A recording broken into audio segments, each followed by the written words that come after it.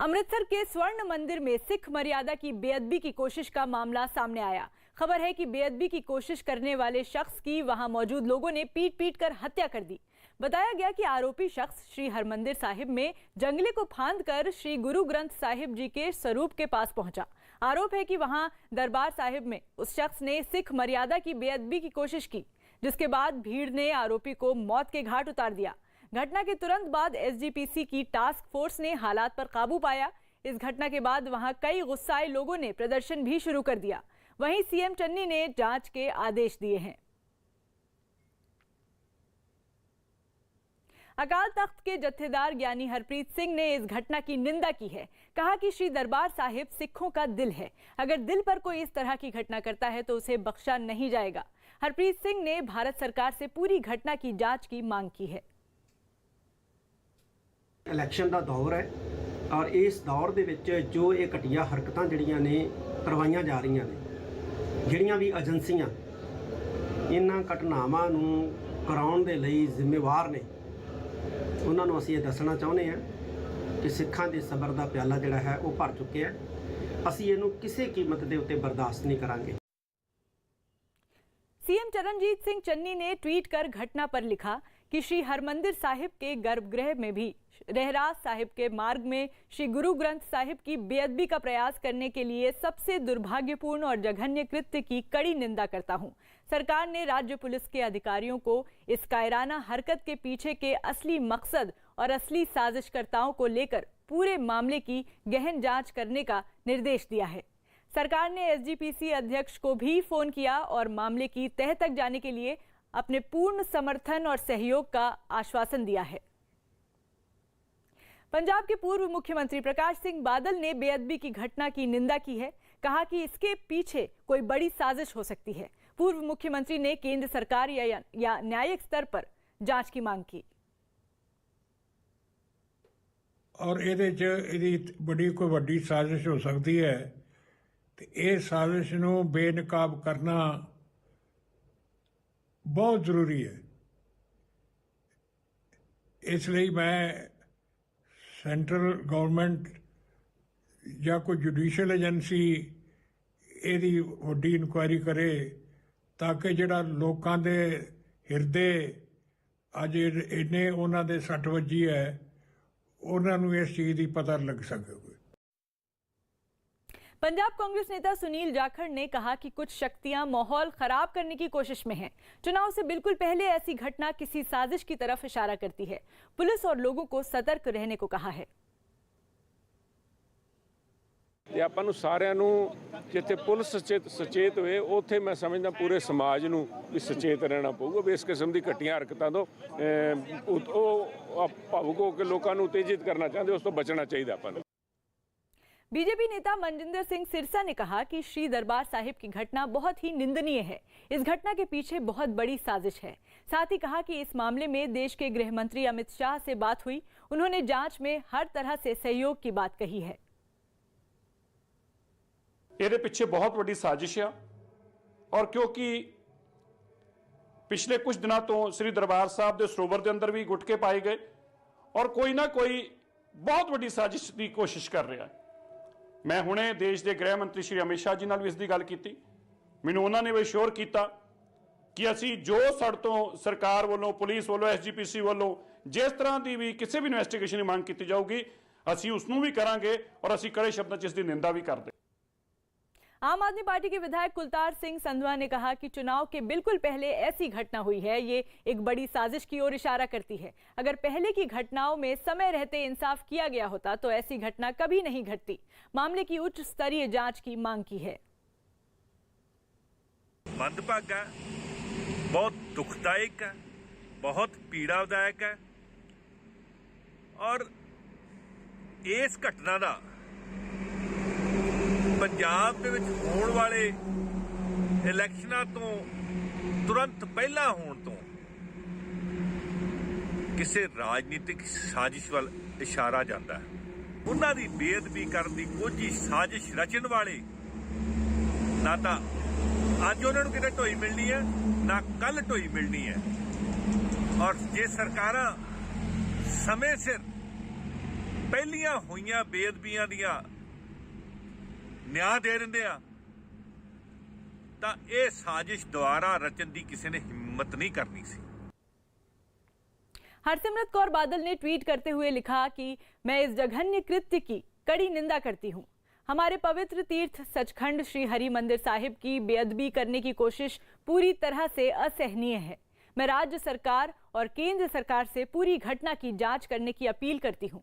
अपराधी के पास कोई आईडी प्रूफ नहीं मिला जो गहरी साजिश का संकेत देता है। कैप्टन अमरिंदर सिंह ने ट्वीट करते हुए लिखा कि दरबार साहिब में श्री गुरु ग्रंथ साहिब जी की बेअदबी के प्रयास की घटना की कड़ी निंदा करते हैं। सरकार को इस बात की तह तक जाना चाहिए कि इस आदमी ने इतना घिनौना काम क्यों किया। वहीं दिल्ली के मुख्यमंत्री अरविंद केजरीवाल ने ट्वीट करते हुए लिखा कि श्री दरबार साहिब में हुई बेअदबी की घटना बेहद दुखदाई है। सब लोग सदमे में हैं। ये बहुत बड़ी साजिश हो सकती है। दोषियों को सख्त से सख्त सजा मिले। महाराष्ट्र के पनवेल रेलवे स्टेशन से रोंगटे खड़े कर देने वाली कुछ तस्वीरें सामने आई। वहां चलती ट्रेन में चढ़ने की कोशिश कर रही एक महिला की जान खतरे में पड़ गई। 2 दिन पहले हुई इस घटना की तस्वीरें वहां लगे सीसीटीवी कैमरे में कैद हो गईं,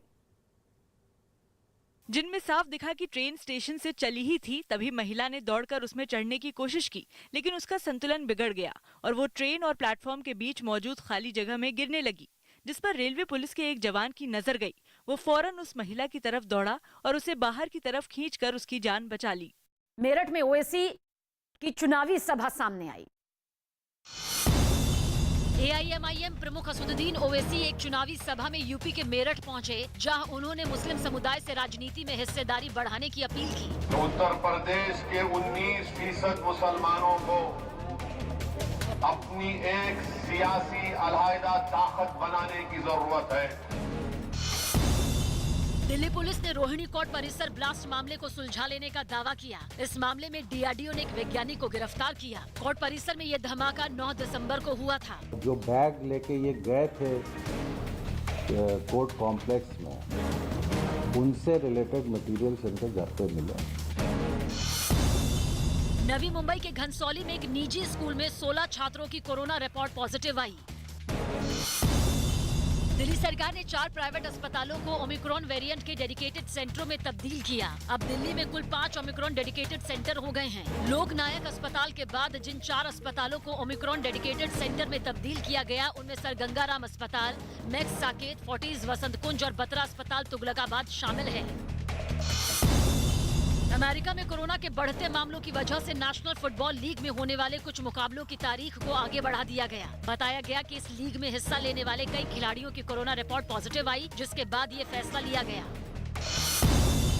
स्मार्ट सिटी प्रोजेक्ट के तहत यूपी के मथुरा वृंदावन को भी चमकाने का काम तेज कर दिया गया। वहां की सड़कों को चौड़ा करने के साथ ही शहर को सजाने संवारने और साफ सफाई पर खासा जोर दिया जा रहा है। साथ ही तीर्थ यात्रियों के लिए परिक्रमा पथ भी बनाया गया, जबकि जगह जगह इन तीर्थ यात्रियों के लिए फ्री वाईफाई की सुविधा की गई, ताकि वहां आने वाले श्रद्धालुओं को भी कोई परेशानी न हो, जिससे वहां रहने वाले लोग भी बड़ा बदलाव बता रहे हैं। जो कार्य कराया गया है, बहुत ही ऐतिहासिक कार्य कराया गया है, जिसको कि मेरी 32 साल की उम्र हो गई है, मैंने कभी इससे पहले इतना काम होते हुए नहीं देखा। स्मार्ट सिटी बनाने के दौरान शहर की ऐतिहासिक और पौराणिक विरासत को संजोने पर खासा ध्यान दिया जा रहा है। दावा किया जा रहा है कि मथुरा वृंदावन में हो रहे इन विकास कार्यों से वहां आने वाले श्रद्धालुओं की तादाद पहले के मुकाबले काफी बढ़ी है। ब्रज की जो कुंज गलियां हैं, उनका जो पुरातन स्वरूप है, उसको वापस लाना सरकार की प्रतिबद्धता है। बीजेपी की युवा इकाई भारतीय जनता युवा मोर्चा के कार्यकर्ताओं का केरल के तिरुवनंतपुरम में पुलिस से आमना सामना हो गया। इन प्रदर्शनकारियों ने कन्नूर यूनिवर्सिटी के कुलपति डॉक्टर गोपीनाथ रविंद्रन के इस्तीफे की मांग तेज कर दी और इसीलिए ये लोग सड़कों पर उतर आए। लेकिन पुलिस ने बीच रास्ते में बैरिकेडिंग कर उन्हें आगे बढ़ने से रोक दिया, जिससे गुस्साए प्रदर्शनकारियों ने बैरिकेड को गिराने की कोशिश शुरू की। जब काफी देर तक ये कार्यकर्ता नहीं माने तो पुलिस ने उन पर पानी की बौछार कर दी। इसके बावजूद कुलपति के विरोध में उतरे इन कार्यकर्ताओं का हौसला बुलंद रहा और वो नारेबाजी करते रहे। पुलिस वालों के पानी की बौछार करने के दौरान कुछ प्रदर्शनकारी सड़क पर गिर गए। फिर भी वो लोग उठे और बैरिकेड पर चढ़कर अपना विरोध जारी रखा। उन्हें समझाने के लिए वहां मौजूद पुलिस वाले फिर आगे आए और उन्हें इस विरोध प्रदर्शन को खत्म करने की सलाह दी। सरकार की उपलब्धियों को लोगों तक पहुंचाने के लिए बीजेपी जन विश्वास यात्रा निकालेगी। बिजनौर, मथुरा, झांसी, गाजीपुर, अंबेडकर नगर, बलिया से ये यात्रा शुरू होगी। बीजेपी अध्यक्ष जेपी नड्डा अंबेडकर नगर से जन विश्वास यात्रा को हरी झंडी दिखाएंगे। वहीं सीएम योगी मथुरा के रामलीला मैदान में दोपहर 2 बजे यात्रा को हरी झंडी दिखाकर रवाना करेंगे। तीसरी यात्रा झांसी से शुरू होगी। इस यात्रा का शुभारंभ रक्षा मंत्री राजनाथ सिंह करेंगे। केंद्रीय मंत्री नितिन गडकरी बिजनौर में जन विश्वास यात्रा की शुरुआत करेंगे और जनसभा को संबोधित करेंगे। मध्य प्रदेश के मुख्यमंत्री शिवराज सिंह चौहान बलिया से विश्वास यात्रा की शुरुआत करेंगे और इसका समापन बस्ती में होगा। छठी यात्रा गाजीपुर से शुरू होगी, जिसका शुभारंभ केंद्रीय मंत्री स्मृति ईरानी करेंगी और इसका समापन अमेठी में होगा। इन यात्राओं में केंद्र की मोदी सरकार और यूपी की योगी सरकार की उपलब्धियों को जनता को बताया जाएगा। कर्नाटक में छत्रपति शिवाजी महाराज की प्रतिमा के अपमान का वीडियो सामने आने के बाद महाराष्ट्र के पुणे में शिवसेना कार्यकर्ता इसके विरोध में उतर आए। बताया गया कि यह घटना 2 दिन पहले बेंगलुरु में घटी, जिसके विरोध में शिवसेना के कुछ कार्यकर्ताओं ने कर्नाटक जाने वाली बसों पर पेंट कर अपनी भड़ास निकालने की कोशिश की। इसके लिए वो लोग पुणे के एक बस अड्डे पर पहुंच गए, जहां उन्होंने कर्नाटक सरकार की बसों पर पेंट से जय छत्रपति शिवाजी महाराज और शिवसेना समेत कई तरह के नारे लिख डाले। छत्रपति शिवाजी महाराज की जय। विरोध जताने के दौरान शिवसेना के इन कार्यकर्ताओं ने उन बसों का शायद ही कोई हिस्सा छोड़ा हो जहां नारे ना लिखे हों। दिल्ली के मुख्यमंत्री अरविंद केजरीवाल आज चंडीगढ़ में रैली करेंगे। दिल्ली के मुख्यमंत्री अरविंद केजरीवाल आज चंडीगढ़ में रैली करेंगे। नगर निगम चुनाव में आम आदमी पार्टी के उम्मीदवारों के लिए वोट मांगेंगे। कांग्रेस नेता प्रियंका गांधी आज यूपी के रायबरेली में महिलाओं के साथ टाउन हॉल करेंगी। एक दिन पहले प्रियंका ने राहुल गांधी के साथ पदयात्रा की थी। कोलकाता में नगर निकाय चुनाव के लिए आज वोट डाले जाएंगे। निगम के 144 वार्डों के लिए सुरक्षा के कड़े उपाय किए गए हैं। बैडमिंटन खिलाड़ी किदाम्बी श्रीकांत ने स्पेन में चल रहे वर्ल्ड बैडमिंटन चैंपियनशिप के लिए फाइनल में जगह बना ली है। आज गोल्ड के लिए उनका मुकाबला होगा। पहाड़ों पर हुई बर्फबारी का असर मैदानों तक देखने को मिल रहा है। उत्तर भारत के कई राज्यों में कड़ाके की ठंड पड़ रही है। मौसम विभाग ने उत्तर पश्चिम भारत में 21 दिसंबर तक शीतलहर चलने का अनुमान जताया है। बड़ी खबर आ रही है जम्मू कश्मीर के श्रीनगर से। श्रीनगर के हरवन इलाके में आतंकियों और सुरक्षा बल के बीच मुठभेड़ शुरू हो गई है। कश्मीर पुलिस ने ट्वीट कर एनकाउंटर की जानकारी दी है। इस बीच खबर ये भी है कि एक आतंकी मारा गया है, हालांकि अभी तक उसकी पहचान नहीं हो पाई है। पुलिस और सुरक्षा बल ने पूरे इलाके को घेर लिया है और सर्च ऑपरेशन चला रही है। तो बड़ी खबर जम्मू कश्मीर के श्रीनगर से, जहां पर सुरक्षा बल और में मुठभेड़ शुरू हो गई है। यहां पर अभी तक उस एक आतंकी को मारे गिराने की भी खबर है, लेकिन अभी तक उसकी पहचान नहीं हो पाई है। पुलिस और सुरक्षा बल ने पूरे इलाके को घेर लिया है और सर्च ऑपरेशन चला रही है। तो आतंक के खिलाफ फुल एक्शन में सुरक्षा बल। आतंकियों और सुरक्षा बल के बीच मुठभेड़ शुरू हो गई। जम्मू कश्मीर के श्रीनगर से ये खबर। उत्तर प्रदेश के सैफई में आगरा एक्सप्रेसवे पर 2 गाड़ियां हादसे का शिकार हो गई।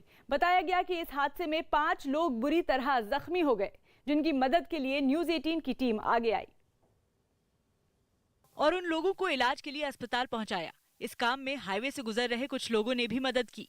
वहां एम्बुलेंस बुलाई गई, जिसके बाद उसमें घायलों को लिटाकर अस्पताल के लिए रवाना किया गया। कई लोग घायल हुए हैं। तस्वीर आप देखिए, कुछ घायलों को एम्बुलेंस के भीतर डाला गया है। इस हादसे में जख्मी हुए कुछ और लोगों को एक गाड़ी के जरिए अस्पताल ले जाया गया। यह हादसा कितना भीषण था, इस बात का अंदाजा इसी बात से लगाया जा सकता है कि कार उल्टी होकर डिवाइडर पर जा गिरी। उसमें सवार लोग उस कार के इर्द गिर्द जख्मी हालत में सड़क पर गिरे मिले, जिन्हें बाद में इलाज के लिए अस्पताल ले जाया गया। परमाणु क्षमता से लैस अग्नि सीरीज की नई मिसाइल का सफल परीक्षण किया गया। अधिकारियों की ओर से दी गई जानकारी के मुताबिक अग्नि प्राइम नाम की इस मिसाइल का ओडिशा के बालासोर से सफल परीक्षण किया गया, जिसकी मारक क्षमता 1000 से 2000 किलोमीटर के बीच है, जो अपने लक्ष्य को भेदने में पूरी तरह सफल रही।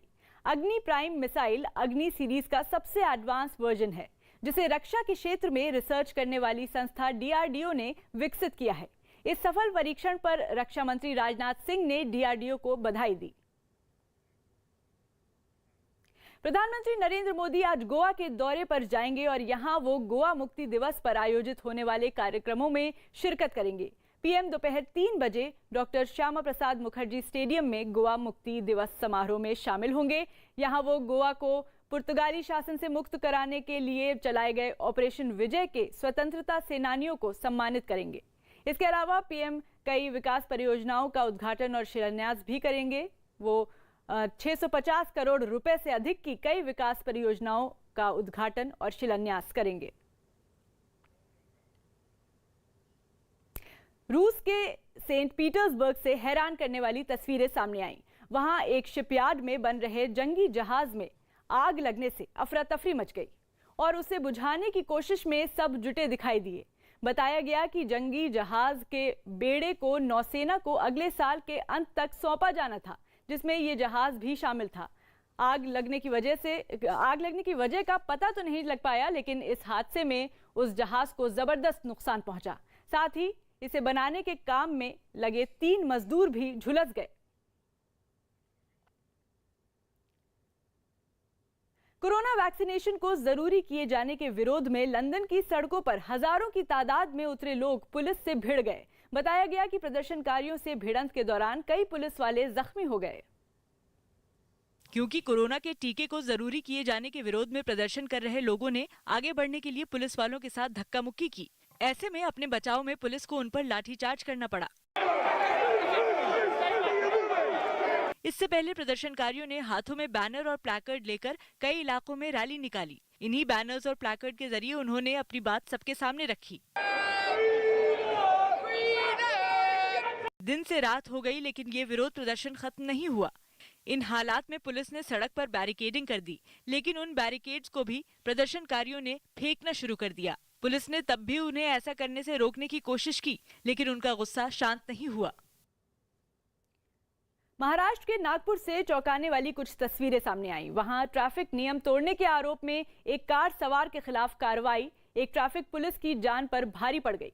बताया गया कि जैसे ही वो ट्रैफिक पुलिस वाला आरोपी कार सवार का चालान काटने के लिए आगे बढ़ा, उसने गाड़ी चला दी और उस ट्रैफिक पुलिस वाले की तरफ बढ़ने लगा, लेकिन वो उसकी कार के बोनट पर चढ़ गया।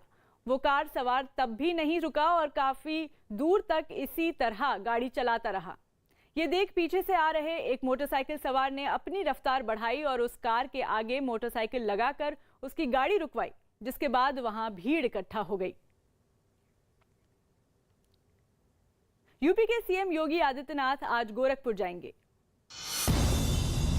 उत्तर प्रदेश के मुख्यमंत्री योगी आदित्यनाथ 2 दिनों के दौरे पर गोरखपुर जाएंगे। गोरखपुर विकास प्राधिकरण की ओर से आयोजित कार्यक्रम में वो करीब 933 करोड़ रुपए की विकास योजनाओं की सौगात देंगे। इनमें 316 करोड़ की योजनाओं का लोकार्पण और 616 करोड़ रुपए की परियोजना का शिलान्यास करेंगे। उत्तर प्रदेश के बिजनौर में आज AIMIM प्रमुख असदुद्दीन ओवैसी रैली कर वंचित शोषित सम्मेलन को संबोधित करेंगे। इससे पहले शनिवार को ओवैसी ने मेरठ में रैली की थी। PDP नेता महबूबा मुफ्ती ने एक बार फिर धारा 370 और आर्टिकल 35A के मुद्दे पर जम्मू कश्मीर के लोगों से साथ आने की अपील की।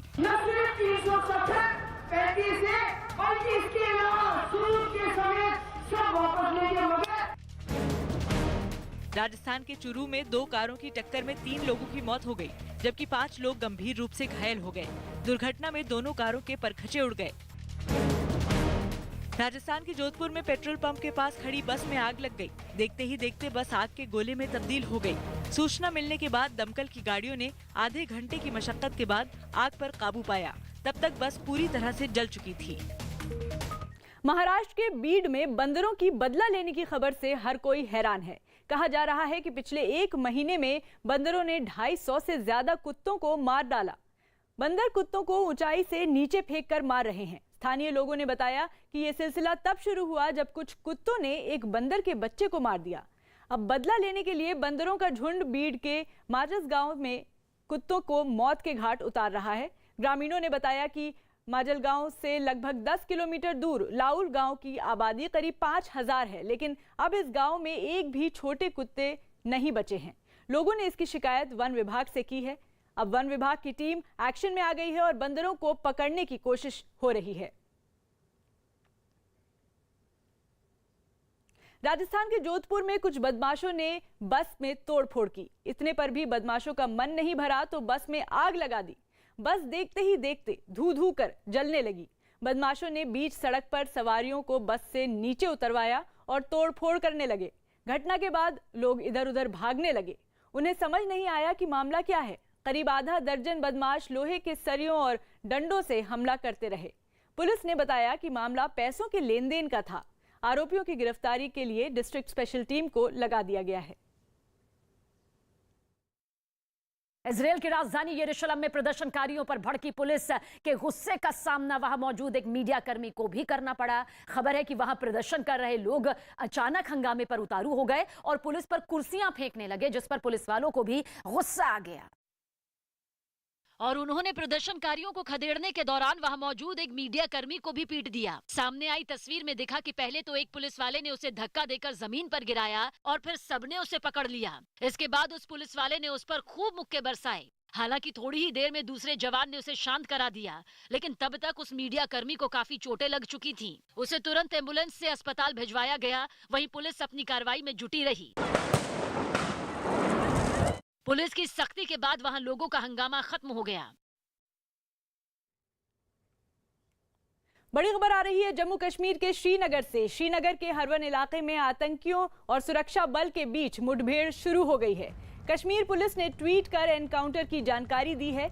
इस बीच खबर है कि एक आतंकी मारा भी गया है। हालांकि अभी तक उसकी पहचान नहीं हो पाई है। पुलिस और सुरक्षा बल ने पूरे इलाके को घेर लिया है और सर्च ऑपरेशन चला रही है। खबर आ रही है जम्मू कश्मीर के श्रीनगर से, जहां आतंकियों और सुरक्षा बल के बीच मुठभेड़ शुरू हो गई है।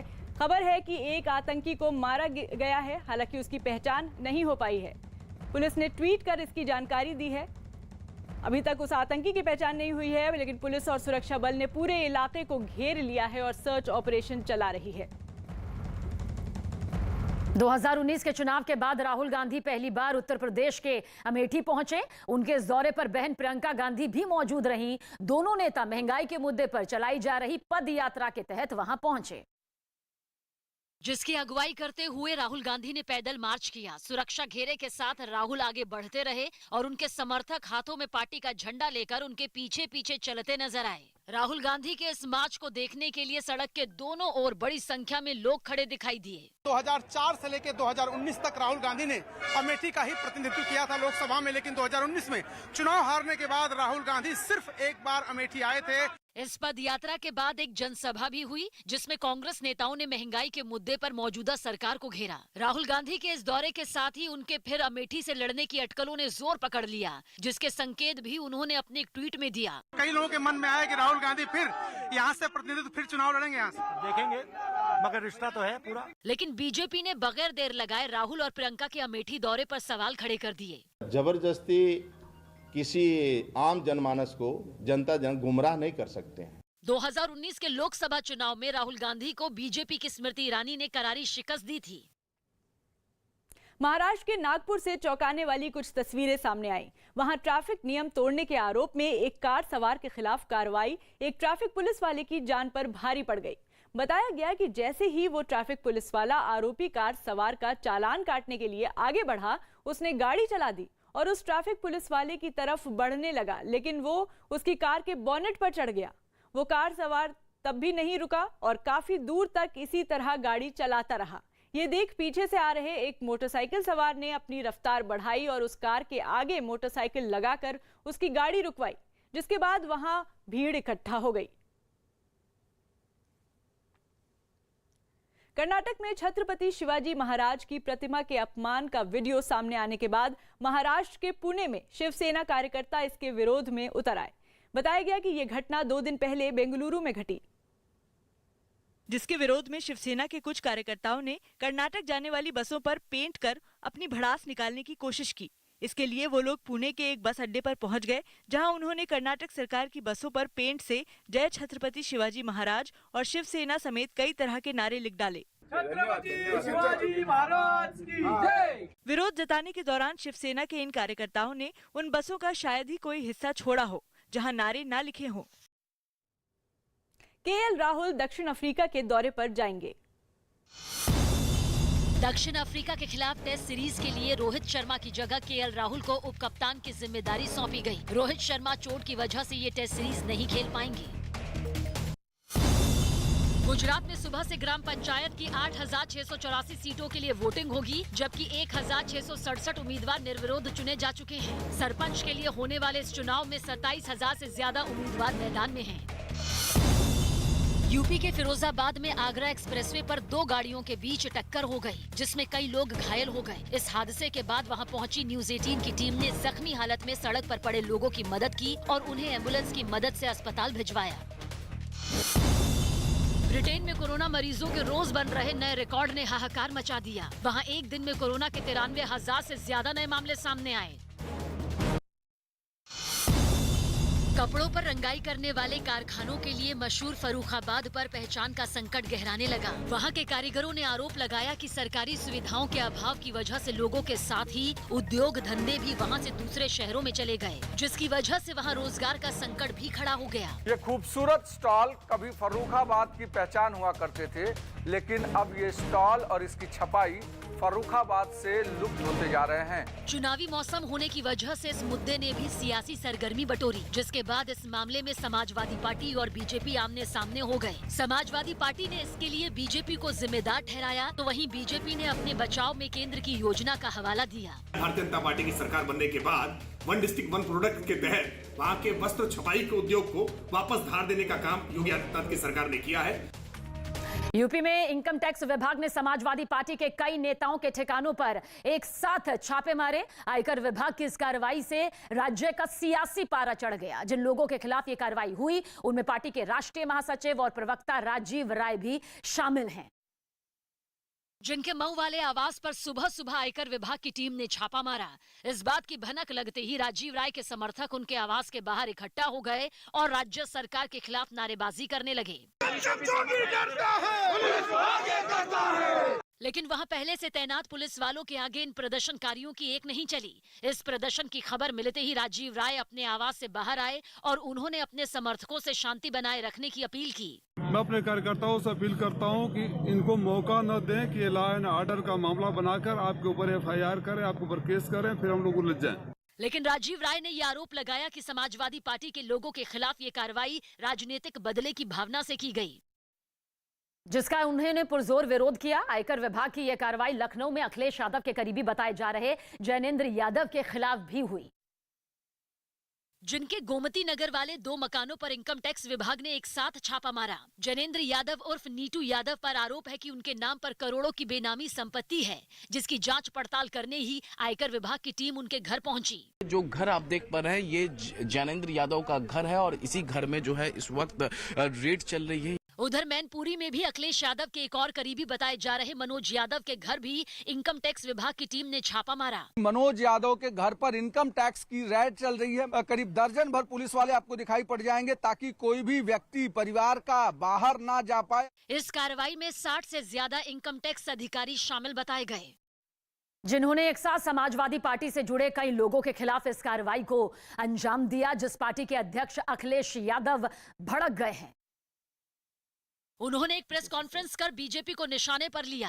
अखिलेश यादव ने आरोप लगाया कि बीजेपी को अगले साल होने वाले विधानसभा चुनाव में हार का डर सता रहा है, इसलिए उनके नेताओं के खिलाफ केंद्रीय एजेंसी का इस्तेमाल किया गया। अभी तो इनकम टैक्स आया है, ED आएगा, CBI आएगी, षड्यंत्र किए जाएंगे, लेकिन उसके बावजूद भी साइकिल की रफ्तार कम नहीं होगी। अखिलेश यादव के इस हमले का जवाब देने में यूपी बीजेपी ने भी देर नहीं की और एक ट्वीट कर उन पर भ्रष्टाचारियों को संरक्षण देने का आरोप मढ़ दिया। आज की ताजा खबर में रुकेंगे कुछ पलों के लिए, कुछ और जरूरी खबरों के साथ फौरन हाजिर होंगे।